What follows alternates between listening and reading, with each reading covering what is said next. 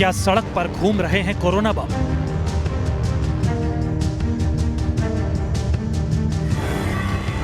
क्या आपके गली मोहल्ले में है कोरोना बम?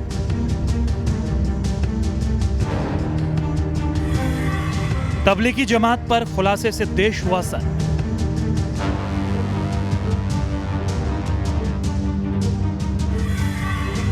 किसी ने कहा बहुत बड़ी गलती कर दी कि इन्वेस्टिगेशन होना चाहिए और इन्वेस्टिगेशन के बाद जो भी जिसकी भी गलती हो उसकी रिस्पॉन्सिबिलिटी फिक्स होनी चाहिए। किसी ने कहा यह देश पर हमला है। तबलीगी जमात मुसलमानों की दुनिया की सबसे खतरनाक वो जमात है जो आतंकियों के लिए सुसाइड बॉम्बर तैयार करती है। क्या मजहब का प्रचार इंसानियत और देश से ऊपर हो गया?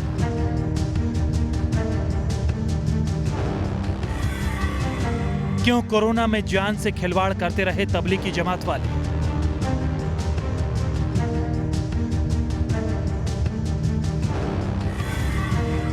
जब मंदिर मस्जिद बंद थे तो मरकज में जमात क्यों लगाई गई?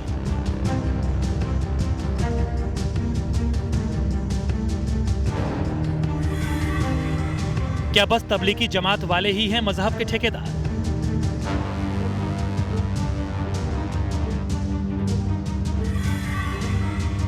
अगर कोरोना ज्यादा फैला तो क्यों ना तबलीगी जमात को माना जाए गुनहगार?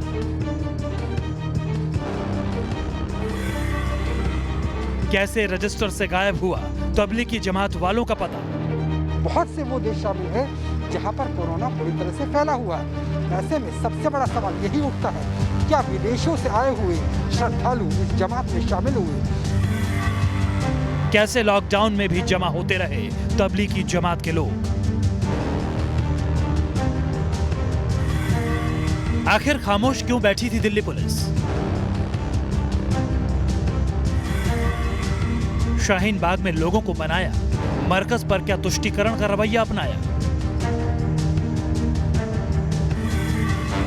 हर सवाल का जवाब मिलेगा। देश पर मंडराते कोरोना संकट के हर पहलू की होगी पड़ताल।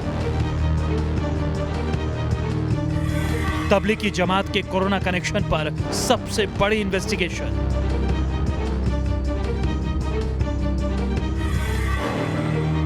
दिल्ली से लेकर लखनऊ तक, बेंगलुरु से लेकर जम्मू तक। दिल्ली के निजामुद्दीन में हुए तबलीगी जमात में तकरीबन उत्तर प्रदेश से 150 लोगों के शामिल होने की बात सामने आ रही है। दिल्ली में तबलीगी जमात में शामिल हुए 50 लोग कुछ दिन पहले कर्नाटका पहुंचे हैं। न्यूज नेशन के रिपोर्टर बताएंगे, आप खुद समझेंगे और तय करेंगे कैसे तैयार हुई कोरोना की तबाही जमात। तबलीगी जमात में जमा हुए हजारों लोग और यहां से गए लोगों की मौत से पूरे देश में खतरे की लड़ाई इस वक्त एक घंटी के तौर पर बच गई है। दिल्ली में निजामुद्दीन मरकज में 20 से ज्यादा लोग पॉजिटिव पाए गए हैं। 1000 से ज्यादा लोग क्वारंटाइन हैं। इतना ही नहीं, इस जमात से गए लोगों की मौत की खबरें भी अलग अलग राज्यों से आ रही हैं।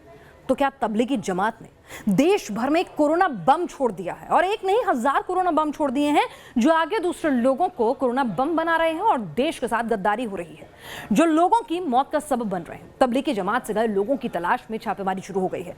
देश के अलग अलग हिस्सों से जमात के लोगों के मस्जिदों में छिपे होने की खबरें आ रही हैं। क्या तबलीगी जमात से निकला कोरोना देश के अलग अलग हिस्सों के लिए काल बन गया है? क्यों कहा जा रहा है इस जमात को कोरोना की तबाही जमात? देखिए न्यूज नेशन की यह स्पेशल इन्वेस्टिगेशन। तबलीगी जमात है कोरोना की तबाही जमात।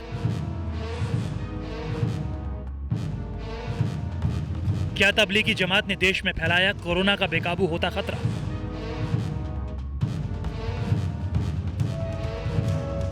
क्या मजहब के प्रचार की जिद बन जाएगी कोरोना का जहर?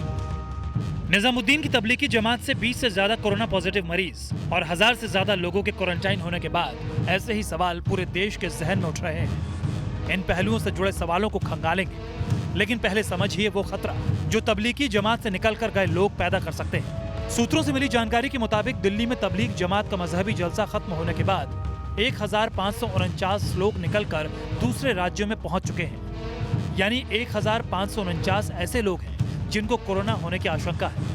और उससे भी बड़ा खतरा यह है कि कहीं ये लोग दूसरे लोगों को संक्रमण ना कर दें।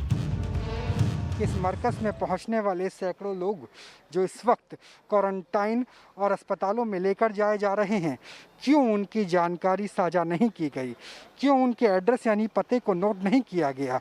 क्योंकि मरकज़ से मिली जानकारी के मुताबिक बहुत से देशी विदेशी श्रद्धालुओं के नाम, पते और मोबाइल नंबर तक भी नोट नहीं किए गए हैं। क्या ये बहुत बड़ी चूक है? ये चूक इसलिए भी बड़ी हो जाती है क्योंकि 830 से ज़्यादा लोग इस मरकज़ में शामिल होने के बाद, जमात में शामिल होने के बाद देश के विभिन्न राज्यों में पहुंच गए हैं। न्यूज नेशन को जो खबरें मिली हैं उसके मुताबिक 16 तारीख को ये लोग निजामुद्दीन के मरकज से निकले थे।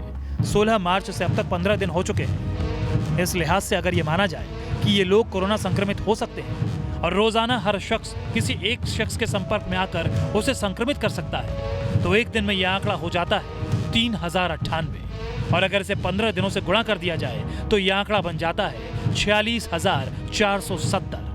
यानी खतरा कम से कम 46,470 लोगों पर मंडरा रहा है। ये सिर्फ एक थ्योरी है। हो सकता है कि सभी संक्रमित ना हो, लेकिन हो ये भी सकता है कि अगर तबलीगी जमात के कम लोग संक्रमित हुए हों तो वो ज्यादा लोगों के संपर्क में आए हों। पड़ताल के अगले हिस्से पर जाने से पहले ये जान लीजिए कि तबलीगी जमात से निकलकर लोग कहां गए। निजामुद्दीन मरकज़ तबलीगी जमात का अंतर्राष्ट्रीय केंद्र है। यहाँ पर मरकज़ में कोई भी प्रोग्राम होता है, इज्तिमा होता है, तो 1 साल पहले ही उसकी तारीख मुकर्रर कर दी जाती है ताकि अंतर्राष्ट्रीय जो आने वाले लोग हैं उनको परेशानी ना हो। कौन सी जमात कहाँ जाएगी, किस शहर में जाएगी, किस शहर की किस मस्जिद में जाएगी या फिर किस देश में जाएगी, ये पूरा जो चार्ट होता है ये पहले से ही तैयार कर लिया जाता है। पूरे साल का कैलेंडर पहले से ही तैयार कर लिया जाता है। क्या पता इनमें से कोई आपके राज्य, आपके शहर में भी हो। मरकज से निकलकर 21 लोग अंडमान, 216 लोग असम, 86 लोग बिहार, 22 लोग हरियाणा, 15 लोग हिमाचल, 55 लोग हैदराबाद, 45 लोग कर्नाटक, 15 लोग केरल, 109 लोग महाराष्ट्र, 5 मेघालय, 107 लोग मध्य प्रदेश, 15 लोग ओडिशा, 9 लोग पंजाब, 19 राजस्थान, 46 झारखंड, 501 लोग तमिलनाडु, 34 लोग उत्तराखंड, 156 लोग उत्तर प्रदेश और 73 लोग पश्चिम बंगाल पहुंचे। यानी देश के तकरीबन हर राज्य में मरकज से निकलकर तबलीगी जमात के लोग गए। इसी वजह से यूपी में पुलिस ने छापेमारी शुरू कर दी ताकि पता चल सके क्या कोरोना की चपेट में आया तबलीगी जमात का कोई सदस्य राज्य के शहरों में तो नहीं घूम रहा। इसी पड़ताल को आगे बढ़ाते हुए न्यूज नेशन रिपोर्टर आगे बढ़े तो सामने आया कि तबलीगी जमात का एक रोस्टर होता है जो बताता है कि मरकज से निकलकर कौन शख्स कहां जाएगा। इस जानकारी के सामने आने के बाद न्यूज नेशन संवाददाता रुमानुल्लाह खान पहुंचे निजामुद्दीन की मरकज के नजदीक और जाना कि रोस्टर के जरिए क्या ये पता चल सकता है कि तबलीगी जमात के सदस्य मरकज से निकलकर कब कहां गए। निजामुद्दीन के मरकज पर पुलिस का ऑपरेशन लगातार जारी है। ड्रोन से निगरानी रखी जा रही है। लगातार लोगों को क्वारंटाइन सेंटर पहुंचाया जा रहा है, लेकिन खतरा जस का तस बरकरार है। अगर तबलीगी जमात से निकले लोगों ने देश के दूसरे हिस्सों में कोरोना फैलाया तो क्या होगा, और ऐसा हुआ तो क्यों ना कहा जाए कि तबलीगी जमात ही है कोरोना फैलाने की गुनहगार।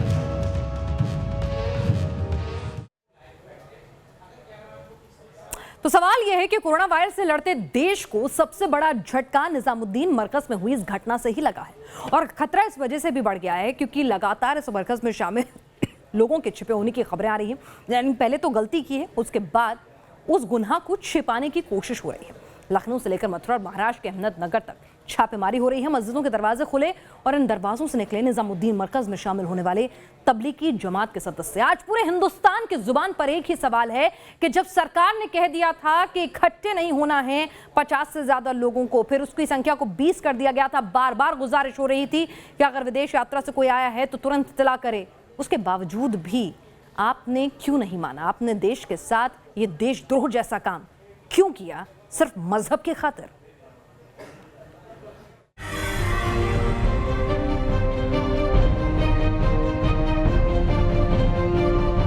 निजामुद्दीन मरकज से निकले लोगों में से 150 से ज्यादा यूपी के थे। जैसे ही ये खबर फैली तो योगी सरकार हरकत में, पुलिस को सदर्क कर दिया गया और पहला नतीजा सामने आया लखनऊ के अमीनाबाद से। अमीनाबाद के मरकज से 5 विदेशी नागरिक पकड़े गए। ये सभी किंग्रिस्तान के रहने वाले हैं और पुलिस जांच कर रही है कि ये निजामुद्दीन के मरकज में गए थे या नहीं।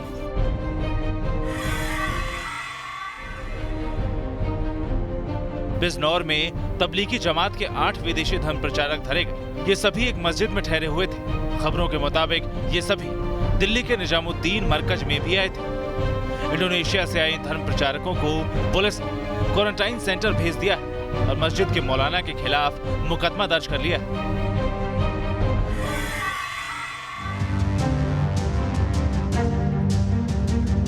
दिल्ली की तबलीगी जमात से निकले लोग देश के किन हिस्सों में पहुंचे, इन लोगों से किन शहरों में कोरोना वायरस फैलने का खतरा है, ये पड़ताल करते हुए news nation reporter Yasir Mushtaq Bengaluru पहुंचे, जहां दिल्ली के मरकज में शामिल हुए कुछ लोगों को पुलिस ने धर लिया। कर्नाटक के 50 से ज्यादा लोगों ने निजामुद्दीन में मजहबी जलसे में हिस्सा लिया था। पुलिस ने मलेशिया के 10, किर्गिस्तान के 10, इंडोनेशिया के 11, फ्रांस, केन्या और ब्रिटेन के एक धर्म प्रचारक को क्वारंटाइन सेंटर भेज दिया।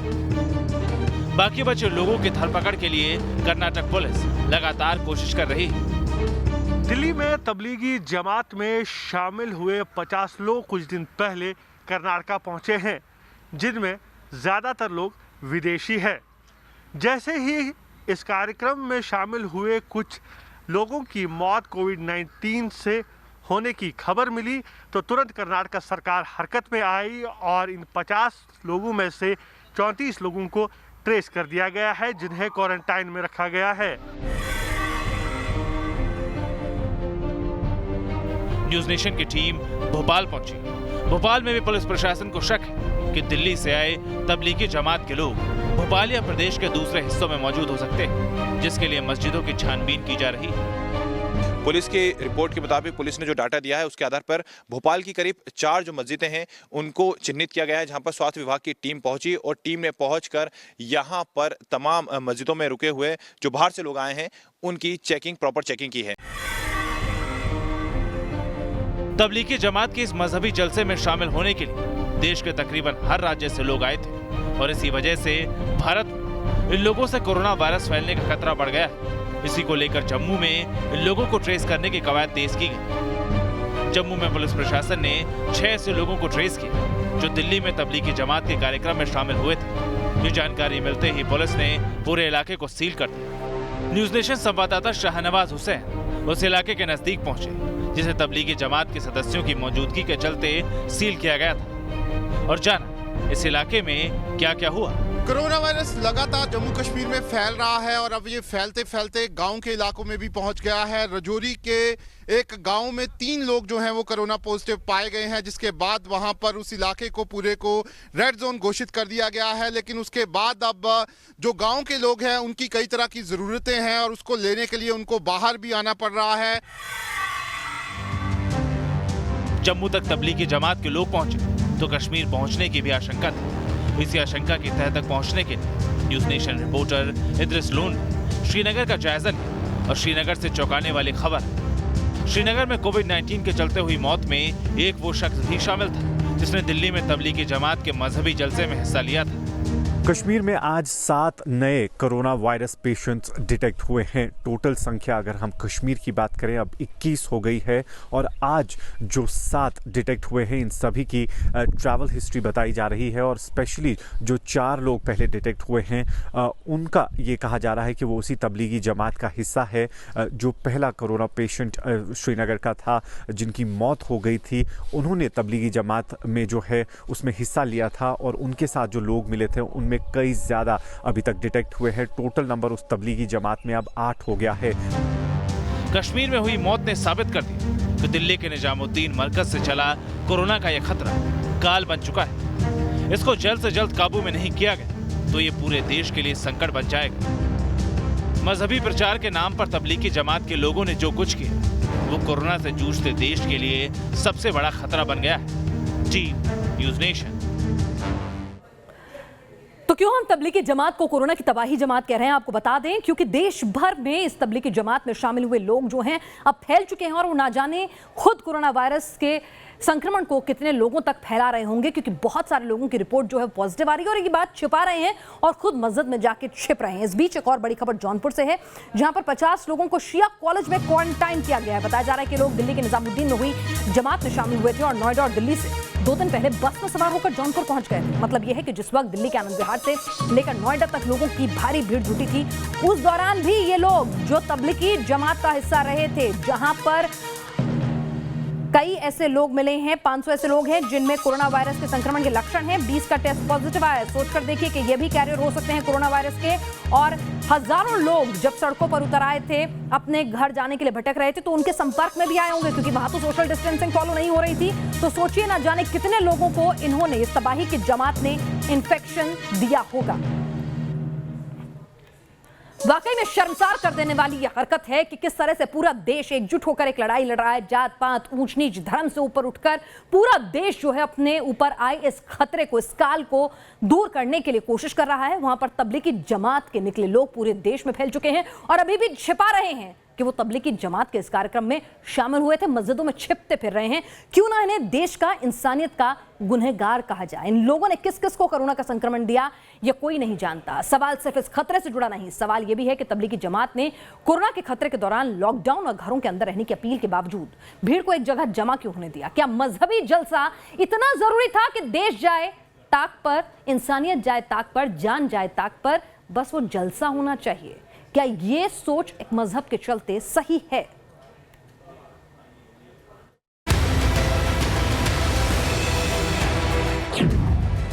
क्या तबलीगी जमात बनेगी कोरोना जमात? तबलीगी जमात पर उठा पहला सवाल यही कि कोरोना के खतरे के बावजूद इस मजहबी जलसे को अंजाम क्यों दिया गया? क्या मजहबी जलसा कोरोना के खतरे से ज्यादा अहम था? क्या तबलीगी जमात ने संक्रमण से होने वाले खतरे के बारे में नहीं सोचा?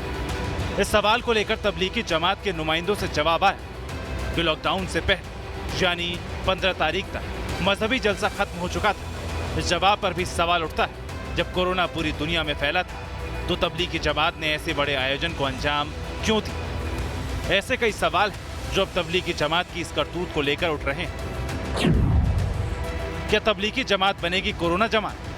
तबलीगी जमात को कटघरे में खड़ा करता दूसरा बड़ा सवाल ये है कि जब तबलीगी जमात को पूरा वक्त मिला, तब भी इतने बड़े संगठन ने निजामुद्दीन के मरकज में ठोस कदम क्यों नहीं उठाए? 16 मार्च को दिल्ली सरकार ने आदेश दिया था कि 50 से ज्यादा लोग एक जगह नहीं रहेंगे। 19 मार्च को पीएम मोदी ने खुद सोशल डिस्टेंसिंग की अपील की थी। तबलीगी जमात के पास 5 दिन का वक्त था, लेकिन उन्होंने भीड़ को हटाने की कोशिश नहीं की। सवाल नंबर 3, तबलीगी जमात पर जब कोरोना फैलाने को लेकर लापरवाही और मजहबी जिद के सवाल उठे तो एक खत सामने आया। तबलीगी जमात का दावा था कि उन्होंने दिल्ली पुलिस से इजाजत मांगी थी कि जमात के सदस्यों को भेजने की परमिशन मिले, लेकिन इस खत में सिर्फ यही मांग क्यों रखी गई? आखिर क्यों तबलीगी जमात ने दिल्ली में आइसोलेशन के लिए दूसरी जगह नहीं मांगी? इस बाबत तबलीगी जमात से कोई बयान सामने नहीं आया। सवाल नंबर 4, एक सवाल ये कि जब निजामुद्दीन के मरकज में कोरोना वायरस के इन्फेक्शन की खबर आ गई तो तबलीगी जमात के सदस्य छिपते क्यों फिर रहे? बिजनौर से लेकर कर्नाटक तक ऐसे लोगों को पुलिस ढूंढ रही है। अगर कुछ गलत नहीं किया तो ये लोग खुद सेल्फ क्वारंटाइन के लिए आगे क्यों नहीं आ रहे? सवाल नंबर 5, और अब तबलीगी जमात पर उठता सबसे बड़ा सवाल ये कि निजामुद्दीन मरकज के रजिस्टर से पते क्यों गायब हैं? न्यूज़ नेशन को मिली खबर के मुताबिक निजामुद्दीन मरकज के रजिस्टर से जमात में शामिल हुए कुछ लोगों के पते नहीं। बहुत से देशी विदेशी श्रद्धालुओं के नाम, पते और मोबाइल नंबर तक भी नोट नहीं किए गए हैं। क्या ये बहुत बड़ी चूक है? ये चूक इसलिए भी बड़ी हो जाती है क्योंकि 830 से ज़्यादा लोग इस मरकज़ में शामिल होने के बाद, जमात में शामिल होने के बाद देश के विभिन्न राज्यों में पहुंच गए हैं। लंबी फहरिस्त है जो जमात में शामिल होने के बाद अपने अपने राज्यों में पहुंचे। तो क्या ऐसे में एक बहुत बड़ी चूक नहीं हुई? क्या जमात में शामिल कुछ लोगों के पते नहीं लिखे गए थे? और अगर नहीं तो क्यों? या फिर तबलीगी जमात किसी सच को छिपाने की कोशिश कर रहा है? कोरोना के खतरे के बीच कुछ लोगों को बचाना तबलीगी जमात का इरादा है? इन सब सवालों का जवाब तभी मिलेगा जब या तो तबलीगी जमात खुद सामने आकर बोले या फिर पुलिस ठोस तरीके से इस जमात की जांच करे। टीम न्यूज़ नेशन। तबलीगी जमात ने देश के साथ, हिंदुस्तानियों के साथ, इंसानियत के साथ धोखा किया है और एक तरह से गुनाह कर दिया है। और अब अगर आप अपने इस गुनाह को थोड़ा कम करना चाहते हैं तो कम से कम खुद आगे आइए, निकल कर बताइए कि आप इस जलसे में शरीक हुए थे, शामिल हुए थे, किसके संपर्क में आए थे, क्योंकि ये ईमानदारी ही देश को बचा पाएगी। नहीं तो ये जमात देश के लिए चढ़ता फिरता कोरोना बम बन जाएगी।